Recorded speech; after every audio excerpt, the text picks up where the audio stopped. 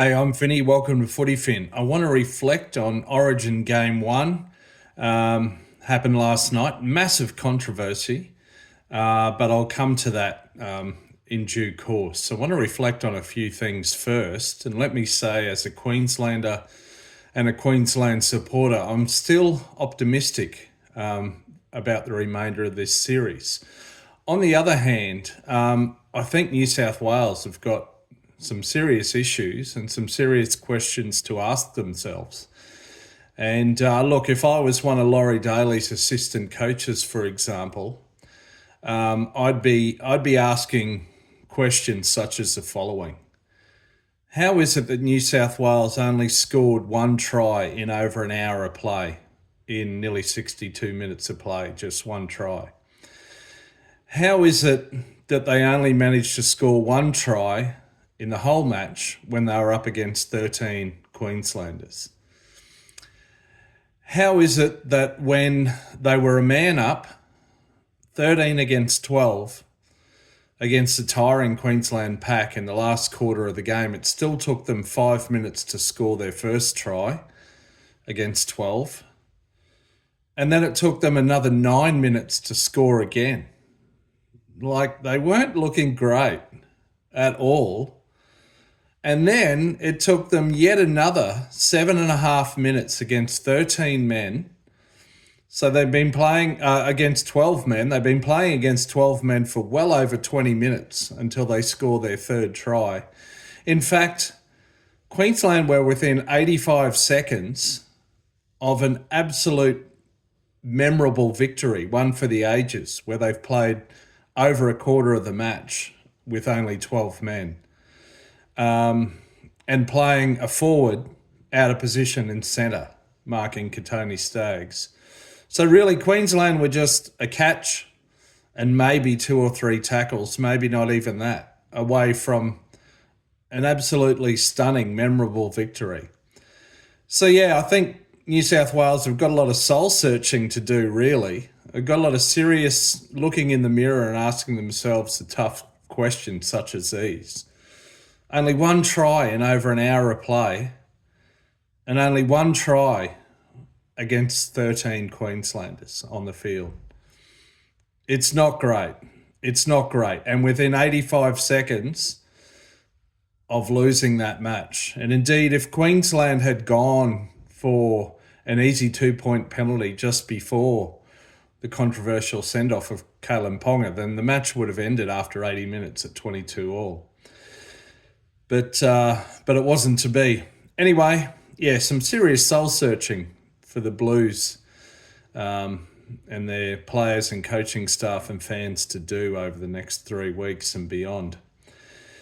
Yeah, so look, massive controversy with this bizarre, in many ways, sending off of Ponga.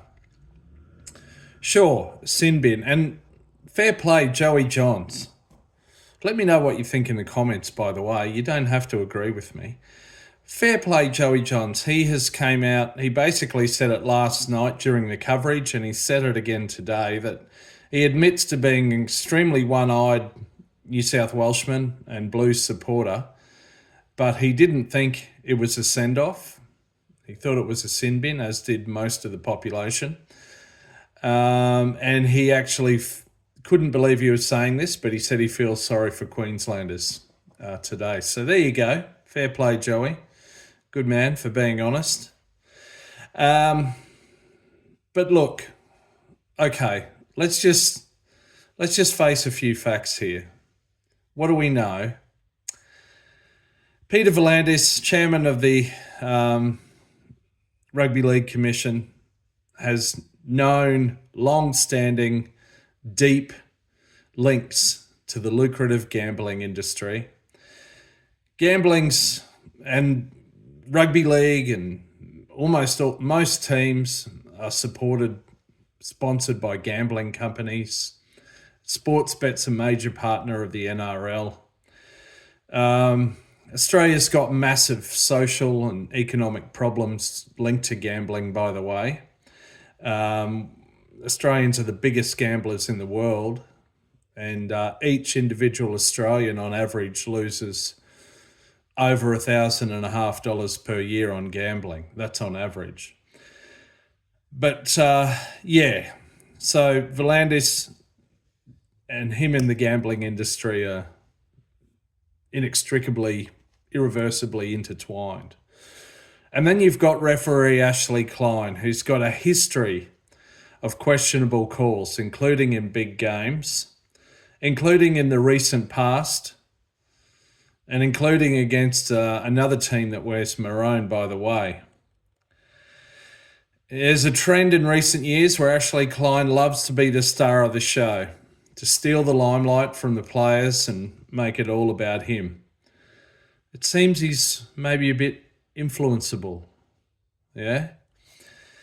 Now, the NRL is currently negotiating over the next 6 weeks or so their next broadcast deal with our broadcast partners. And this is a massive, massive deal, massive source of revenue for the NRL. And what can they use as a bargaining chip in this to better their cause and to leverage more dollars out of broadcasters? It's TV ratings. And what is the basically biggest ratings earner for rugby league in Australia? It's the state of origin. And moreover, within that, the biggest ratings come from an origin decider when it comes down to game 3. So from a capitalist perspective, it's not good for the NRL and for rugby league to have a one-sided origin series. And clearly, much of the first hour of last night's game was extremely one-sided. And it wasn't looking like it would come to a decider. So what do you do? What do you do to help bring about a decider and get those ratings in for game 3 and use that as a bargaining chip to negotiate a better broadcasting deal? You join the dots, all right? It's not rocket science.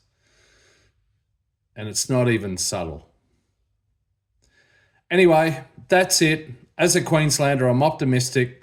Bring on game 2. Let me know what you think in the comments. You don't have to agree with me. I'd love to hear. Please like and subscribe if you haven't already. I'd love that as well. Anyway, a lot of soul searching for the Blues and their supporters and coaches to do. And as a Queenslander, I'm very optimistic leading into game 2. All right. See you later.